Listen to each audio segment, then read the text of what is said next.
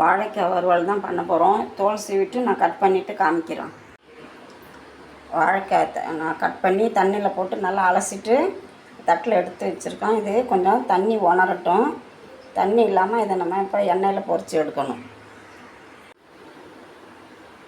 கொஞ்ச நேரம் அப்படியே ஃபேன் காற்றுல வச்சோம்னா தண்ணிலாம் உறிஞ்சிரும். தண்ணியே இல்லை. இப்போ நான் கொஞ்சமாக எண்ணெய் ஊற்றி இதை நான் கொஞ்சம் கொஞ்சமாக தான் போட்டு பொரிக்க போகிறேன்.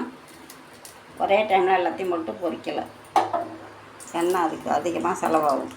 அதனால் கொஞ்சம் கொஞ்சமாக போட்டு பொரிச்சு எடுத்துக்கணும். நல்லா கொஞ்சம் ப்ரௌன் கலர் ஆகிற வரைக்கும் பொரிச்சு எடுத்துக்கணும்.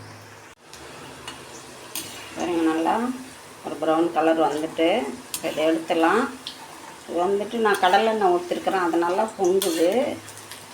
எடுத்துடலாம். இல்லை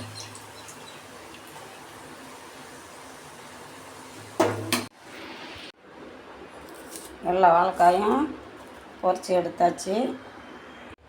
அதே கடாயில் கொஞ்சம் எண்ணெய் எடுத்துகிட்டு வச்சுருக்கிறேன். இதில் ஒரு ஸ்பூன் இஞ்சி பூண்டு பேஸ்ட்டு,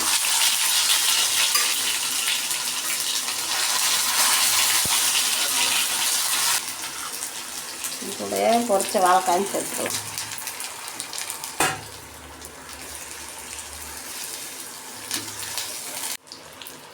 இதில் கொஞ்சம் கருவேப்பிலை சேர்த்துக்கலாம்.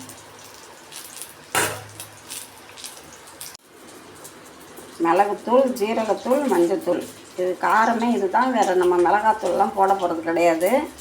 உங்களுக்கு காரம் எவ்வளோ வேணுமோ அதுக்கு தகுந்த மாதிரி நீங்கள் மிளகுத்தூள் போட்டுக்கணும். எல்லாத்தையும் அந்த வாழைக்காயில் போட்டுடலாம். தேவையான அளவு உப்பு போட்டு பைண்ட் ஆகணும். அதுக்காக லேசாக தண்ணி தெளித்து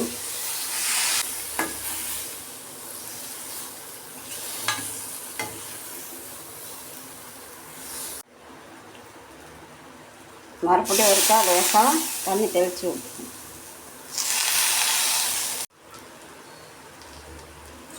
மிளகு தூள், ஜீரகத்தூள்லாம் உப்பு எல்லாம் போட்டு ஒரு 2-3 நிமிஷம் நல்லா கிளறி விட்டு மேலே ஒரு அரை ஸ்பூன் எண்ணெய் விட்டுக்கணும்.